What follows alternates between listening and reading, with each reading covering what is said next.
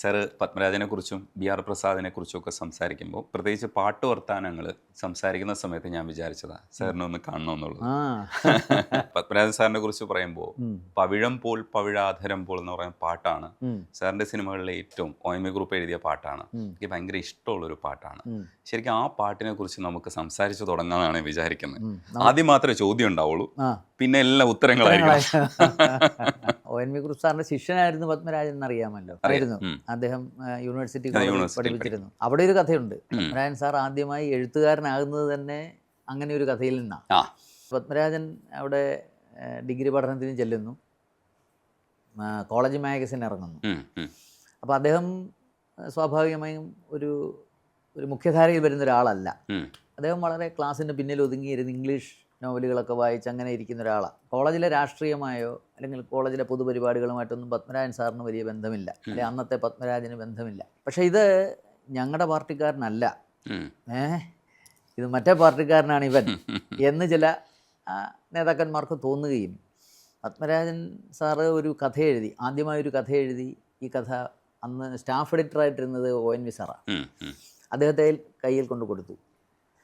അദ്ദേഹം ഇത് വായിച്ചിട്ട് അന്നത്തെ മാഗസിൻ എഡിറ്ററായി വിജയിച്ച, പിൽക്കാലത്ത് വലിയ പ്രസിദ്ധനായ ഒരു രാഷ്ട്രീയക്കാരനായി മാറിയ, ഒരു മന്ത്രിയൊക്കെയായി മാറിയ ഒരാളാണ് അന്നത്തെ സ്റ്റുഡൻറ്റ് എഡിറ്റർ. അദ്ദേഹത്തിനെ ഏൽപ്പിക്കുന്നു, ദേ നല്ലൊരു കഥ വന്നിട്ടുണ്ട്, നല്ല മനോഹരമായ കഥയാണ്, ഇത് നമ്മുടെ മാഗസിനിൽ ഇപ്രാവശ്യം കൊടുക്കണം എന്ന് പറഞ്ഞിട്ട് അദ്ദേഹത്തെ ഏൽപ്പിക്കുന്നു. ശരി എന്ന് പറഞ്ഞ് സാറേ കൊടുക്കാം എന്നൊക്കെ പറഞ്ഞ് അദ്ദേഹം വാങ്ങിച്ചുകൊണ്ട് പോകുന്നു. അതിനുശേഷം മാഗസിൻ ഇറങ്ങുന്നു. മാഗസിനിൽ കഥയില്ല. അപ്പോൾ അതെന്താ സംഭവം? പത്മരാജൻ വളരെ വിഷണ്ണനായി സാറിനെ പോയി കണ്ടു. സാറേ ഇങ്ങനെ ഇല്ല. സാറ് സ്റ്റുഡൻ്റ് എഡിറ്ററെ വിളിക്കുന്നു, എന്താണ് അത് കൊടുക്കാതിരുന്നത്? അപ്പോൾ പറയുന്നു, അത് പ്രസ്സിൽ സംഭവിച്ചൊരു വീഴ്ചയാണ്.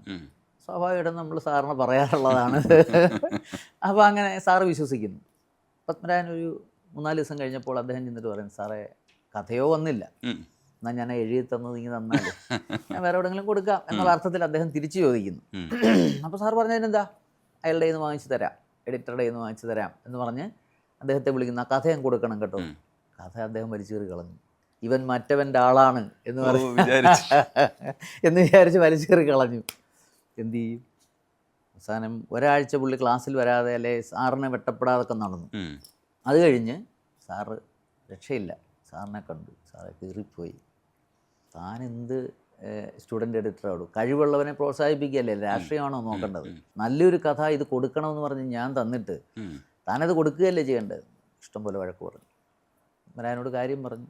ശരി സാർ. അദ്ദേഹം അങ്ങനെ വളരെ ബഹളമൊന്നുമില്ല, ഒതുങ്ങിക്കൂടിയ പ്രകൃതക്കാരനാണ്.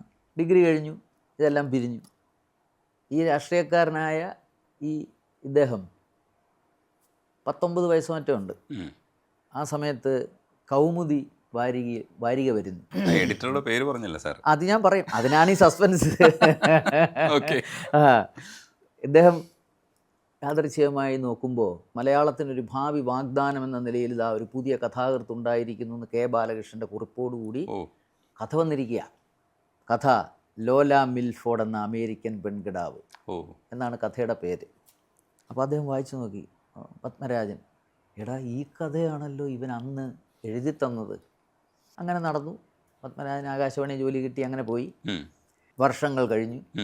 നേതാവിൻ്റെ കുട്ടി സ്കൂളിൽ പഠിക്കുന്നു. അവിടുത്തെ വാർഷികത്തിന് PTA പ്രതിനിധിയായിട്ട് ഇദ്ദേഹത്തെ വിട്ടിരിക്കുകയാണ് പത്മരാജനെ ക്ഷണിക്കാൻ, മുഖ്യ അതിഥിയായിട്ട്. അദ്ദേഹം വന്നു. ഒരു ഭാവഭേദവുമില്ലാതെ പത്മരാജനുമായിട്ട് സംസാരിച്ചു. രണ്ടുപേരും ഞാൻ വരാം എന്നൊക്കെ പറഞ്ഞു. അദ്ദേഹം ചെന്നു. ഉദ്ഘാടന വേദിയിൽ പത്മരാജൻ പറഞ്ഞു, എൻ്റെ കടിഞ്ഞൂൽ കഥയുടെ ഘാതകനാണ് ഈ അധ്യക്ഷനായിരിക്കുന്നത്. പുള്ളി മലന്നുപോയി. ഇവൻ ഇങ്ങനൊരു പണി കാണിച്ചതാണ്, പക്ഷേ ഇപ്പോൾ ഞങ്ങൾ വലിയ സൗഹൃദമാണെന്നൊക്കെ പറഞ്ഞു. അദ്ദേഹവും അങ്ങനെയൊക്കെ അങ്ങനെ അവിടെ കെട്ടിപ്പിടിച്ചവരെല്ലാം പിരിഞ്ഞു. അദ്ദേഹത്തിൻ്റെ പേരാണ് C. ദിവാകരൻ. ഇങ്ങനെ രണ്ട് പ്രധാന പേര്, രണ്ടുപേരെയും നമുക്കറിയാം. അപ്പോൾ അങ്ങനെ ഒരു അപൂർവ സംഭവം കൂടി ഇതിന് പിന്നിലുണ്ട്. ഇപ്പോൾ ലോല എന്ന് പറഞ്ഞ് പ്രസിദ്ധമായ അദ്ദേഹത്തിൻ്റെ കഥ, ഞാൻ മരിച്ചതായി നീ മരിച്ചതായി ഞാനും കരുതുക, നാളെ നമ്മൾ പിരിയുകയാണ്, ചുംബിച്ച ചുണ്ടുകൾക്ക് വിട തരിക, ഇപ്പോൾ ഈ വാലന്റൈൻസ് ഡേയിലോ അല്ലെങ്കിൽ ഈ പിരിഞ്ഞു പോകുമ്പോഴൊക്കെ കുട്ടികൾ ഓട്ടോഗ്രാഫൊക്കെ എഴുതി കൊടുക്കുന്നത് ഈ വരികളാണ്. അത്രയേറെ പുതിയ കാലത്തെ അല്ലെ പുതിയ തലമുറയെ ഈ കഥ സ്വാധീനിച്ചിരിക്കുന്നു. പക്ഷെ പത്മരാജൻ അദ്ദേഹം മരിക്കുന്നതിന് തൊട്ടു മുമ്പ് പത്മരാജൻ്റെ കഥകൾ എന്ന് പറഞ്ഞ് സമ്പൂർണ്ണ സമാഹാരം ഇറക്കിയപ്പോൾ അദ്ദേഹത്തിന് ആ കഥ ഒന്നാമത് വെക്കാനുള്ള ധൈര്യം ഉണ്ടായില്ല. അത് അവസാന ഭാഗത്തേക്ക് മാറ്റി. അദ്ദേഹം ഒന്നാമത് വെച്ചത് ചൂണ്ടൽ എന്ന് പറയുന്ന കഥയാണ്.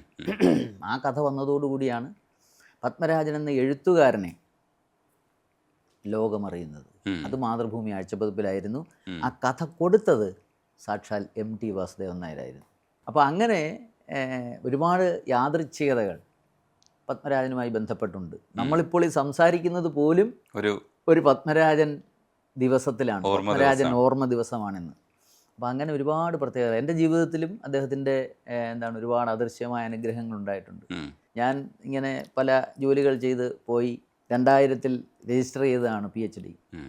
പക്ഷേ എനിക്ക് 2009 അത് പൂർത്തിയാക്കാൻ കഴിഞ്ഞത്. PhD വിഷയം പറയൂ. ദുരന്തബോധം പത്മരാജൻ്റെ കൃതികളിൽ, tragic consciousness in Padmarajan's literary works. പത്മരാജൻ്റെ സമ്പൂർണ്ണ സാഹിത്യ കൃതികളാണ് എൻ്റെ പഠന വിഷയം. മറ്റൊരു പ്രത്യേകത, ഞാനും അദ്ദേഹവും അയൽവാസികളാണ്, അടുത്തടുത്ത പ്രദേശത്തുകാരാണ്, മുതുകുളമാണ് ഞങ്ങൾ രണ്ടുപേരും. പത്മരാജൻ്റെ കഥയും കഥാപശ്ചാത്തലവും കഥാപാത്രങ്ങളും കഥകൾ പുതഞ്ഞ മണ്ണുകളും ഒക്കെ എനിക്കും തൊട്ടറിയാൻ കഴിയും. പത്മരാജൻ്റെ കാലഘട്ടത്തിൽ കണ്ട മുതുകുളം കണ്ട ഒരാൾ കൂടിയാണ് ഞാൻ. ഇപ്പം മുതുകുളം ഒരുപാട് മാറിയിരിക്കുന്നു. അപ്പോൾ അതെല്ലാം കൊണ്ടും എനിക്കൊരുപാട് റിലേറ്റ് ചെയ്യാൻ സാധിച്ചു. ഒരുപക്ഷെ വളരെ ആത്മാർത്ഥമായി എനിക്ക് ആ ഗവേഷണം പൂർത്തിയാക്കാൻ കഴിഞ്ഞു. അതൊക്കെ വലിയ സന്തോഷങ്ങളാണ്. അതിൻ്റെ ഭാഗമായി നമ്മൾ തിരക്കഥകൾ, കഥകൾ, നോവലുകൾ ഒക്കെ പരിശോധിക്കുകയും പഠിക്കുകയും ഒക്കെ ചെയ്തിരുന്നു. അതാ ഈ നമുക്ക് പാർക്കാൻ മുന്തിരിത്തോപ്പുകൾ എന്ന് പറയുന്ന സിനിമയിലെ പാട്ടാണ് അങ്ങ് ചോദിച്ചത്. ആ സിനിമയുടെ കഥ യഥാർത്ഥത്തിൽ പത്മരാജൻ്റേതല്ല, അത് KK സുധാകരൻ എന്ന് പറയുന്ന എഴുത്തുകാരൻ്റേതാണ്. അദ്ദേഹവും നമ്മൾ ഓണാട്ടുകരക്കാരനാണ്. അദ്ദേഹത്തിൻ്റെ കഥയിൽ നിന്ന് പത്മരാജൻ തിരക്കഥ ഉണ്ടാക്കിയെടുക്കുകയാണ് ചെയ്തത്. പക്ഷേ അദ്ദേഹത്തിൻ്റെ കഥയും ഈ തിരക്കഥയും കൂടെ നോക്കിയാൽ പത്മരാജൻ്റെ ആ ക്രാഫ്റ്റ്, ആ വൈദഗ്ധ്യം നമുക്ക് മനസ്സിലാവും.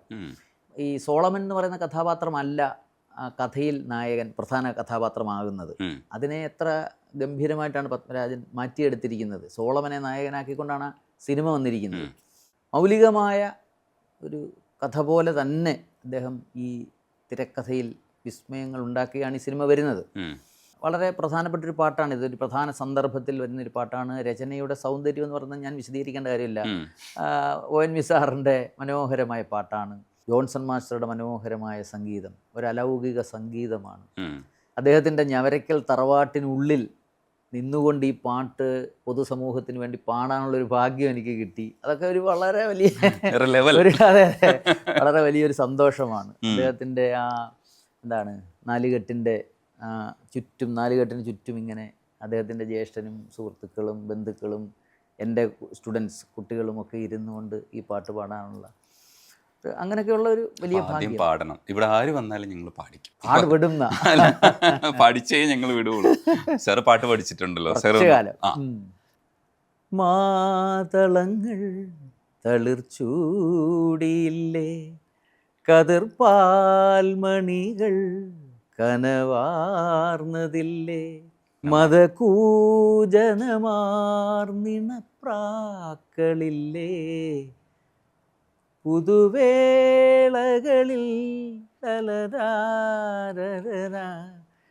അണി കണ്ടുണരാൻ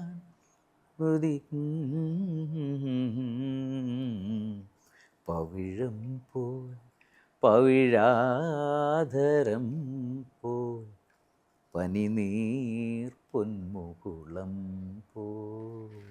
ഞാൻ ഈ പാട്ട് കേട്ടിട്ട് ദാസാറ് ശ്വാസം മുട്ടി മരിക്കാത്തതിനെ കുറിച്ച് ആലോചിച്ചു. കാരണം അത്ര ഡെപ്തിലാണ് ഈ സാധനം പോയിക്കുന്നത്. തീർച്ചയായും ഈ സാധാരണ പവിഴമല്ല, പവിഴം പോൽ പവിഴാധരം എന്ന് പറയുന്നതല്ലേ, എനിക്കൊന്നും നമുക്കൊന്നും തമാശയ്ക്ക് പോലും റീപ്രൊഡ്യൂസ് ചെയ്യാൻ പറ്റാത്ത. അത് മാത്രമല്ല, അപ്പോൾ ഉള്ള അദ്ദേഹത്തിന്റെ ഒരു പ്രണയ ആതുരമായൊരു ശബ്ദമുണ്ട്. ഓരോ യേശുദാസിന്റെ ശബ്ദങ്ങൾക്ക് വ്യത്യസ്തതകളുണ്ട്. അദ്ദേഹം ഈ പാട്ടിൽ കൊടുത്തിരിക്കുന്ന പ്രണയത്തിൻ്റെതായ ഒരു അനുഭവമുണ്ട്. നമ്മളത് കേൾക്കുമ്പോൾ അതിങ്ങനെ അനുഭവിക്കും നമ്മളത്. കാരണം ഇത് ഈ ബിബ്ലിക്കൻ ചില പ്രണയ സങ്കല്പങ്ങളും അത്തരം വരികളും ഒക്കെ ചേർത്തുള്ളൊരു അങ്ങനെയുള്ളൊരു സിനിമയാണല്ലോ. അപ്പോൾ അങ്ങനെ ഇങ്ങനെ ഞാൻ മുന്തിരിത്തോപ്പുകളിൽ പോയി എൻ്റെ പ്രണയം നിനക്ക് പകർന്നു തരും എന്നൊക്കെയുള്ള അത് കേട്ടിട്ടാണ് നമ്മൾ ഈ പാട്ട് കേൾക്കുന്നത് ആലോചിക്കണം. അപ്പോൾ ആ ഒരു അന്തരീക്ഷവും ആ ഒരു പശ്ചാത്തലവും ഈ പാട്ടിലുണ്ട് എന്നുള്ള ഈ പാട്ടിൻ്റെ സൗന്ദര്യം, അതാണ് ഈ പാട്ടിൻ്റെ സൗന്ദര്യം. അതുകൊണ്ടാണ് നമുക്ക് ഇത്ര ഇത് അനുഭവിക്കാൻ കഴിയുന്നത്.